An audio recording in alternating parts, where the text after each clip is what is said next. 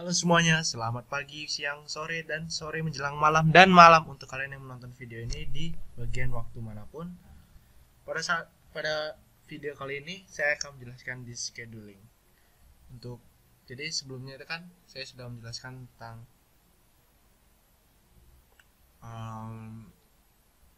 disk management, memory management, maaf. Itu sama kita akan menggunakan yang namanya OSIM.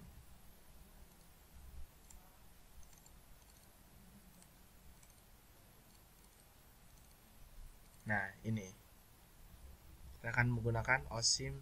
Ini kan memory management file system management kan. Kita kali ini akan ceritakan tentang disk management. Ini dia tampilannya. Nah, jadi di disk management ini ada 7 algoritma.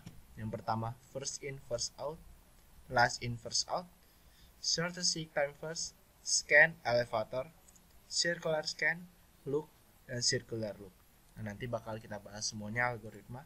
Pertama-tama kita akan melihat apa dulu itu yang dimaksud scheduling. Scheduling berarti penjadwalan. Jadi misalnya ada jadwal kuliah hari Senin, matkulnya apa, dari pagi itu siang, jadi sudah ada jadwal. Yang dimaksud penjadwalan proses yang sudah diatur dengan ketentuannya di dalam sebuah sistem operasi dengan tujuan agar tidak terjadi tabrakan dengan proses yang lain. Nah, itu yang sudah saya jelaskan tentang jadwal kuliah tadi. Dengan adanya penjadwalan dapat ditentukan mana proses yang harus dijalankan lebih dahulu, lalu mana proses yang selanjutnya dijalankan. Nah, ini akan kita jelaskan tentang algoritma penjadwalan. Ini yang tadi kita lihat, ada 7 algoritma penjadwalan. Yang pertama, FIFO atau first in first out. Jadi yang pertama, algoritma ini tidak mementingkan value dari sebuah. Jadi mau angkanya mau menurun atau angkanya misalnya 30, 11, 34, 50 atau misalnya 190 dulu, itu bebas, yang penting urutan masuknya. Jadi misalnya yang kita masukkan 50, 95, 180. Jadi nanti yang akan dilakukan adalah 50 dulu, 95, 180, 34 dan seterusnya sampai ke 64. 199 ini masih ada tapi ya seperti itu. Lanjut ke bawah lagi. Yang kedua, last in first out. Nah, ini kebalik dari first in first out, dia last in first out. Jadi misalnya urutan bisa dibaca di sini juga ya. Ini jadi misalnya dimasukkannya 50, 95, 180, 34. Oh, ini kebalik ya. Jadi sebenarnya yang dilakukan itu adalah 199 terus ke 64 lalu ke 62. Jadi kebalik gini ya, dari bawah ke atas dilakukannya. Nah, kalau shortest seek time first, kayak namanya itu pencarian yang terdekat gitu. Jadi misalnya algoritma ini bekerja dengan perhitungan jarak terpendek dari yang sebelumnya. Misalnya kan tadi inputnya tadi, nah udah saya catat 95, 190, 34. Ini kalau misalnya inputnya 50, misalnya awalnya 50, terus yang terdekat jaraknya 62, terus yang terdekat lagi 64 ke 34. Nah, ini masuknya jarak itu ini bakal saya jelasin. Kita langsung aja ke aplikasinya. Sini ada di contoh di apa, shortest seek time first out. Shortest step. Nah, nih misalnya ya, kita play. Ini kan dari awal tadi, dari yang ke luar, yang masuk pertama 120 dia kan.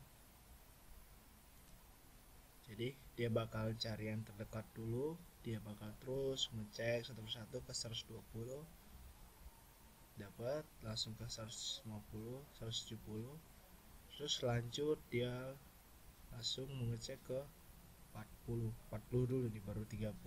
Oh, 50 udah muncul dia. Nah, 50 tadi kan, tadi 50 muncul, tapi dia enggak ke 50 dulu, dia ke 40, karena pada saat dia di lingkaran kecil ini dia udah baca 45. Lalu selanjutnya dia terus keluar mencari yang terdekat dari awalnya dia tadi. Nah, jadi jaraknya maksudnya tuh jarak dari lingkaran ini, lapisan-lapisan tuh disebut itu. Lalu yang kedua, elevator atau scan.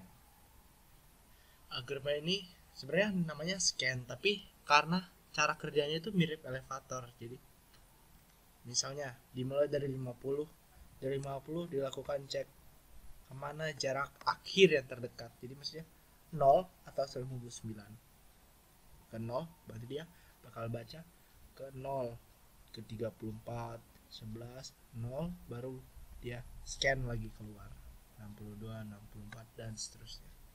Mudah kan? Seperti elevator, dia turun dulu baru naik. Nah, kalau look ini mirip elevator nih gambarnya. Ini sebenarnya gambarnya elevator ya, tapi biar saya jelaskan perbedaannya itu. Kalau misalnya di look itu dia bakal baca seperti elevator, yang mana yang terendah yang terdekat ujungnya 0 atau 99, pertama 0. Nah, jadi dia baca ke 34, ke 11. Nah, di algoritma ini pada saat dia mengecek apakah setelah 0 itu ada atau tidak angka selanjutnya, dia bakal muter. Kalau tidak ada, dia bakal muter. Tapi kalau masih ada, misalnya dari 34 masih ada 11, dia bakal lanjut.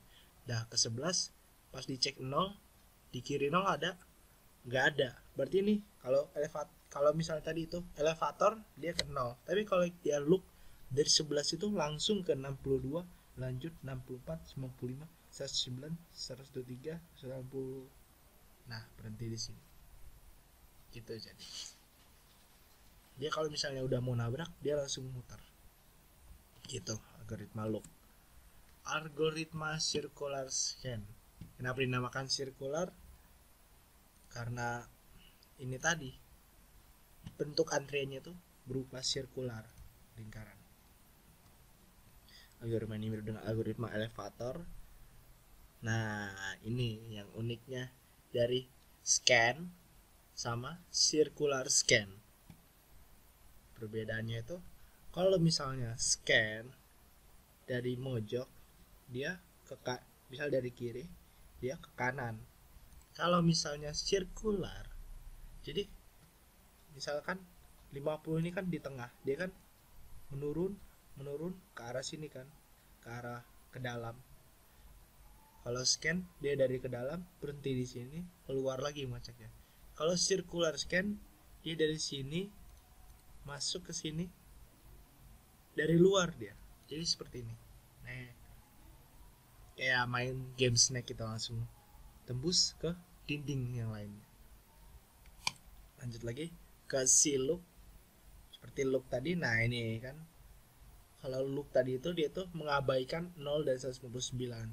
Bedanya kalau circular ya seperti tadi, dia langsung bukannya balik tapi malah ke ujung selanjutnya. 60, 34, 11, 180.